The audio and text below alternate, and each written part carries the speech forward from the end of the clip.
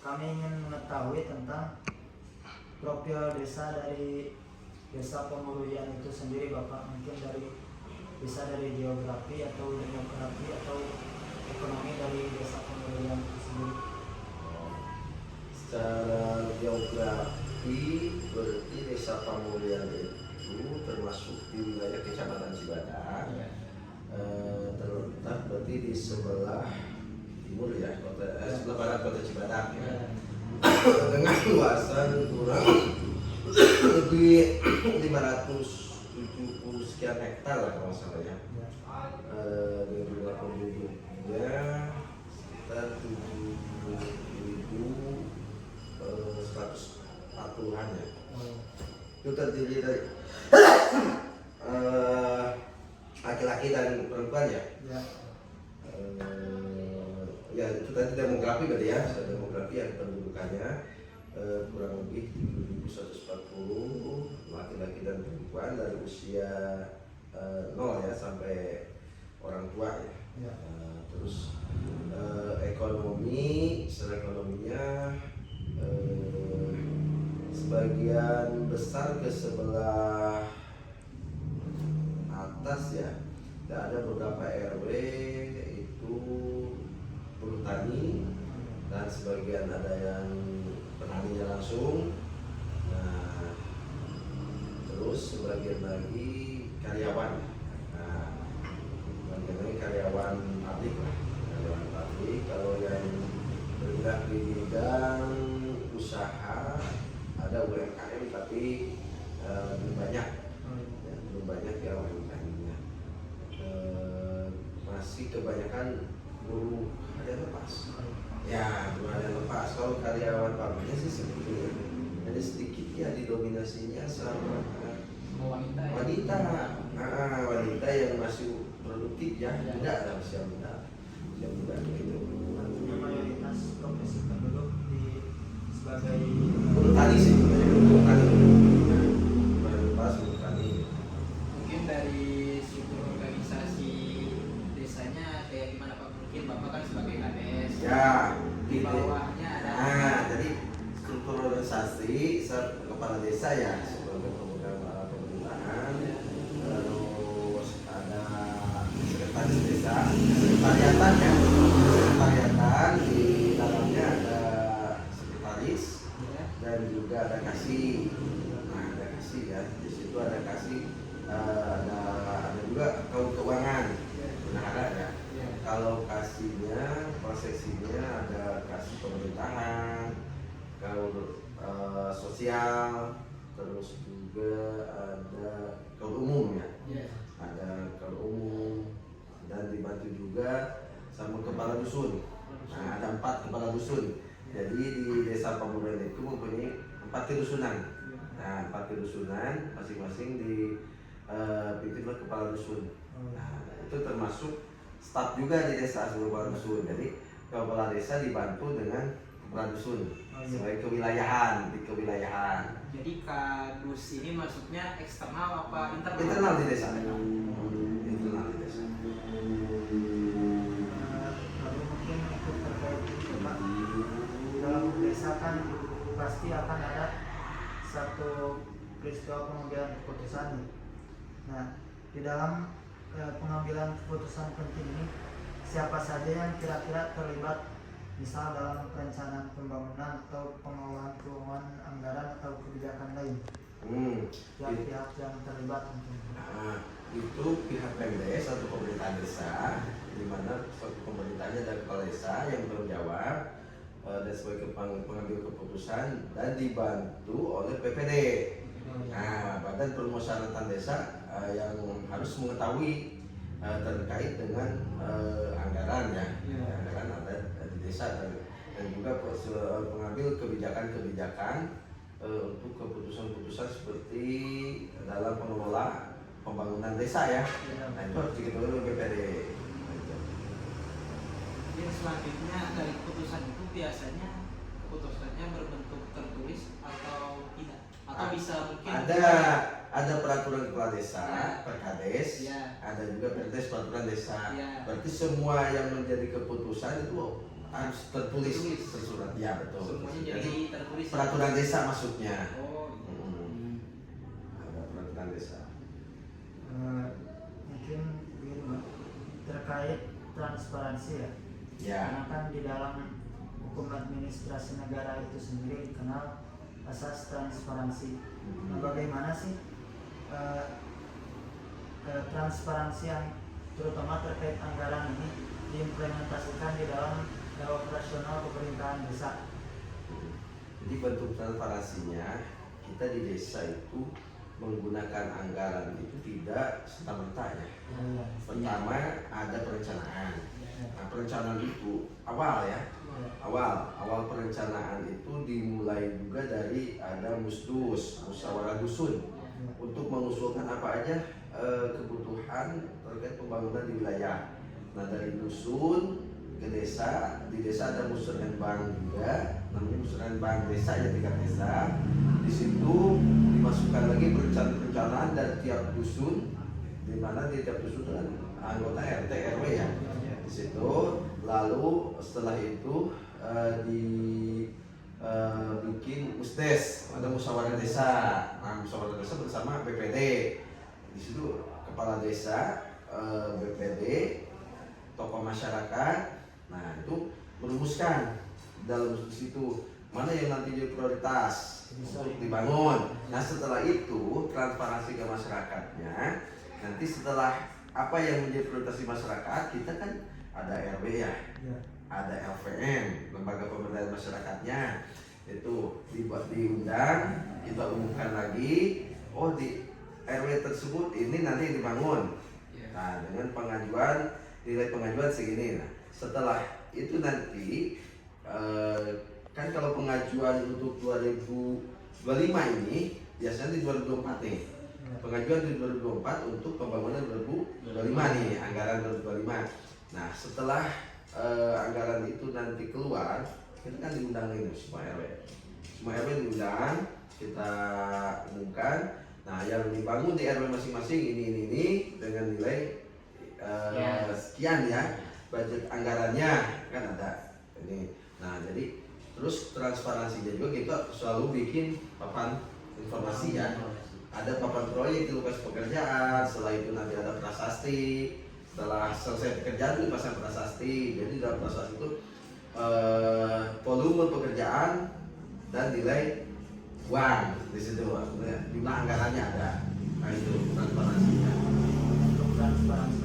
Nah, setelah itu nanti setiap tahun kan ada transparansi ke masyarakat. Kita selalu bikin biasanya banner ya, banner gede, umum-umuman, bisa ditempel di tempat-tempat strategis ya, tempat umum, ada pos ronda, ada desa warung yang rame di mana gitu. Atau sekarang kan gampang melalui ini, kita ada grup nih, grup RW, grup masyarakat. Nah, kita informasikan, informasi ada di situ, transparansi untuk apa aja yang sudah dilaksanakan nih di desa. Nah, gitu. Jadi biasanya transparansi itu dilakukannya lewat media ya kebanyakan. Bisa, sekarang itu lewat media. Ya, kebanyakan ya. Terus yang selanjutnya itu kan dalam proses administrasi atau pembuatan surat KK dan lain-lainnya pasti biasanya sih ada kendala atau apapun ya. Misalnya kalau dari kendala itu biasanya kendalanya yang dihadapinya apa aja sih Pak biasanya? Untuk KK ya? Ya, atau ya surat lainnya. Surat lainnya ya. Contoh sekarang dari kartu keluarga ya. Ya, contohnya. Untuk kartu keluarga, bagi yang belum punya atau yang baru, biasanya yang keluarga baru ya. Yang keluarga baru menikah, itu kan syarat mutlak sekarang harus punya surat nikah. Nah, kalau tidak punya surat nikah itu tidak bisa jadi membuat kartu keluarga, tidak bisa. Nah, sekarang di Dukcapil pun tidak bisa ya. Jadi yang nikah siri itu. Nah, nikah dulu otomatis tidak bisa membuat kartu. Itu ya. Terus juga untuk pembuatan KK kan sekarang desa itu paling ada yang mau pakai pengantar, ada yang juga tidak, karena sekarang itu kan untuk proses pembuatan KK, KTP, akte dan lain-lain udah bisa langsung ke Disduk ya. Ya. ke dinas kependudukan, di Dukcapil ya bisa yang di kecamatan ada yang langsung tingkat kabupaten kan, ada yang di Cisaat itu di Dukcapilnya langsung. Nah untuk selama ini tidak ada lah kendala untuk pembuatan surat menyuratnya seperti untuk apa untuk identitas Jadi seperti semua itu ya. dari prosedur. Kalau semua prosedurnya sudah dilaksanakan atau sudah ditempuh ya, Ya. gitu. Lalu untuk ini Pak, karena kan jenjang mungkin terkait koordinasi antara pemerintahan desa dengan kecamatan dan kabupaten, bupati atau camat, seperti apa Pak koordinasinya? Koordinasi ya. Kalau koordinasi emang nggak setiap hari ya. Kita nggak setiap hari ya. Paling ada hal-hal yang sifatnya penting yang harus dikoordinasikan ya biasanya kita datang langsung ke kecamatan. Nah, untuk melalui kabupaten, jadi kita juga lewat camat lah ya. Kita nggak bisa langsung langsung ke langsung ke Pak Bupati. Ya, lalu kita lewat camat atau ada yang misalkan Pak Camat ada misi yang perlu dikoordinasikan yang desa, paling ya kita dibilang ada rapat khusus ya dengan kecamatan seperti itu. Karena untuk desa itu ada yang namanya DPMD ya, Dinas Pemberdayaan Masyarakat Desa. Nah kita yang selalu koordinasi dengan itu di tingkat kabupaten dinas ya. Dinas itu DPMD, Dinas Pemberdayaan Masyarakat Desa. Nah itu kita ya koordinasi mengenai anggaran, mengenai untuk realisasi pencairan anggaran. Nah di situ DPMD, nah itu dinas di kabupatennya. Tidak langsung dengan bupatinya, walaupun ya sesuai nanti mereka pun instruksi bupati.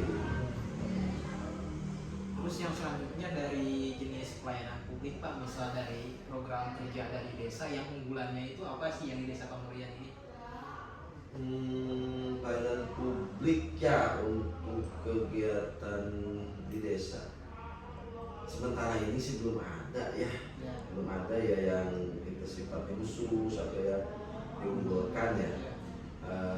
Paling yang banyak dipakai masyarakat itu paling kita punya mobil kesehatan ya, ambulan lah maksudnya, bukan kesehatan ya, mobil yang mempermudah untuk masyarakat ya, yang sakit mau ke rumah sakit, mau ke ataupun pengambilan jenazah gitu kan. Nah, kita ada mobil ambulan ini yang itu yang sering dipakai untuk pelayanan hampir tiap hari ya, cuma dan 24 jam itu selalu siap gitu. Itu yang terasa sekarang pelayanan untuk publik ya. Untuk penggunaan mobil itu sendiri, apakah untuk menggunakannya harus ada prosedur tertentu terlebih dahulu atau bagaimana? Tidak ada, karena di sini masyarakat itu tidak dipungut biaya. Tidak dipungut biaya, dan karena untuk operasional ambulannya emang ada ya, ada operasionalnya, tetapi untuk kemasyarakatnya kita tidak memasang tarif, tidak membebankan masyarakat harus segini. Tapi kalau masyarakat misalkan ada yang kesadarannya misalnya, karena kan supir ambulan itu tidak ada gaji sosial kan, tidak ada gaji, jadi hanya ada insentif dari desa itu biasanya sebulannya sudah ditentukan ya, itu tidak mencapai UMR ya, tidak mencapai UMR. Terus kalau ada masyarakat yang pakai jasanya ambulan, paling biasanya masalah itu uang tipnya adalah untuk biasa jaminan mereka untuk makan. Dan itu pun kalau yang punya ya yang sini, tapi kalau yang di sini tidak mau punya mau enggak, pokoknya dilayani aja dulu gitu kan, tidak memikirkan dia ya. Kalau tidak ada ya paling kita kan untuk bensin normal keluarga. Jadi hanya izin saja langsung menggunakan. Ya tidak ada aturan ya, tidak ada aturan yang pakai aturan sebelum bisa.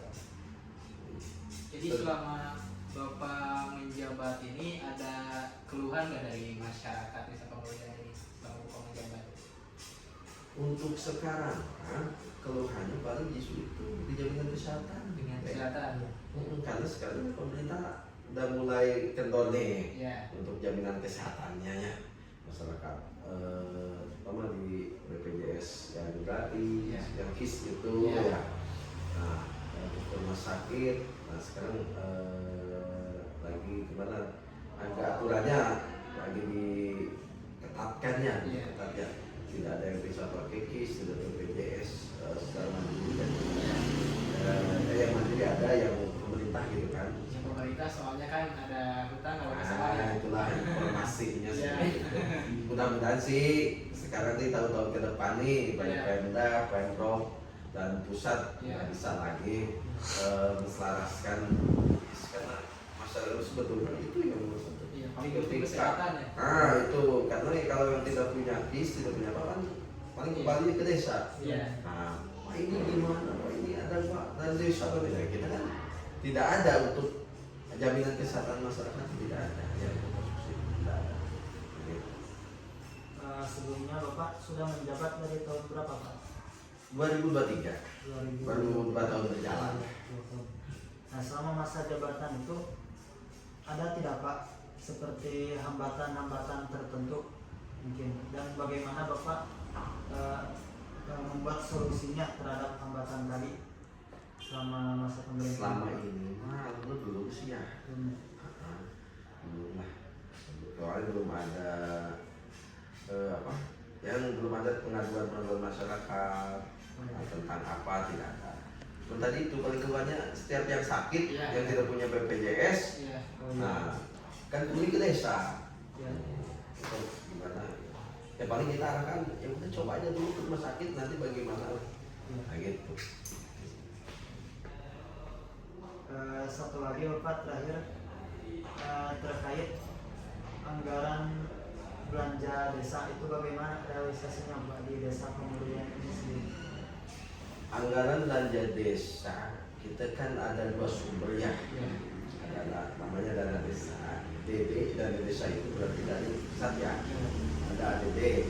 ADD itu alokasi dana desa itu dari Pemda kabupaten. Nah sumbernya. Nah ADD itu untuk insentif kayak RT RW insentif itu ya. Dan itu sudah ada jumlahnya, persentasenya udah ada untuk termasuk penghasilan tetap bar desa dan perangkat desa dialokasi dana desa. Nah, terus dana desa itu untuk pembangunan dan pemberdayaan kepada fisik ya, seperti membangun jalan, irigasi, drainase atau TPT ya, penahan tanah itu dari dana desa ya, dan juga ada untuk pengembangan pertanian. Nah sekarang ini wajib ada deh 20% itu untuk ketahanan pangan nih. Nah ke situ wajib untuk menunjang ketahanan pangan. Nah itu 20% itu harus ya, sebenarnya dari dulu juga ada, cuma tidak diwajibkan minimal 40, sekarang kan minimal 20%. Kalau dulu kan kita bisa di bawah 20 ya, bisa 15 ke 10 gitu. Belum ketahanan pangan karena ada program presiden itu ya. Nah dalam proses sekarang dana desa itu dialokasikan dalam 2 tahap. Nah 40% sama 60%. Itu tahap pertama, tahap 1 berarti 60, tahap kedua nanti 40% untuk realisasi ke masyarakatnya. Mungkin dari program kerja unggulan Bapak nih selama menjadi kades itu apa sih Pak? Program kerja unggulannya? Mungkin harapan-harapannya Pemurian ini berubah jadi apa gitu. Jadi kalau kerja saya sekarang ya, saya lebih banyak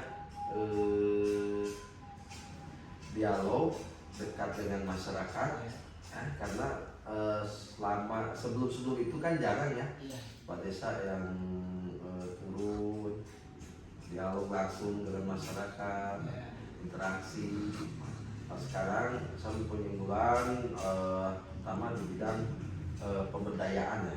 Saya sekarang ingin pemberdayaan masyarakat untuk meningkatkan ekonominya. Jadi kita kemarin bidang pemberdayaannya sudah bantu bikin kelompok-kelompok, kita bantu dengan ternak, bantuan bibit obat, jadi pelihara ya. Yang menjadi sasarannya di situ pemuda dan juga yang yang usia produktif ya, yang tidak punya kegiatan ya, pekerjaan, kelompok-kelompok itu. Nah, dan sekarang yang menjadi sesuai instruksi juga ya, ketahanan pangan itu harus menjadi prioritas. Nah, kita pun harus menjadi unggulan. Nah, itu sekarang saya lagi mencoba untuk memberdayakan lagi para petani ya, khususnya yang di beberapa RW ke atas, dan ingin meningkatkan hasil produktivitasnya dia, produksi yang ditingkatkan, mereka menjualnya supaya mudah juga gitu kan, atau mendapatkan pupuk juga supaya lebih mudah. Nah, sekarang kan kita nanti akan bekerjasama lagi dengan BUMDes kan, Badan Usaha Milik Desa, yang sekarang harus fokus ke tanaman pangan. Nah, itu yang akan menjadi unggulan ya, supaya swasembada pangannya atau para petani sendiri ya bisa menikmati langsung pangan, menjual padinya mudah-mudahan masyarakatnya pun nanti itu beli berasal pun bisa mudah, bisa ada di BUMDes atau di koperasi sekarang ya. Jadi lebih memudahkan aksesnya mungkin. Ya, insya Allah. Mungkin wawancara dari kita cukup Pak. Ya, ya deh. Ya. Terima kasih atas waktunya Pak. Sama-sama. Mohon maaf apabila ada yang kurang berkenan. Mungkin bukan waktunya. Enggak deh, enggak. Sama-sama. Bapak juga mohon maaf ya bila keterangan-keterangannya kurang memuaskan ya.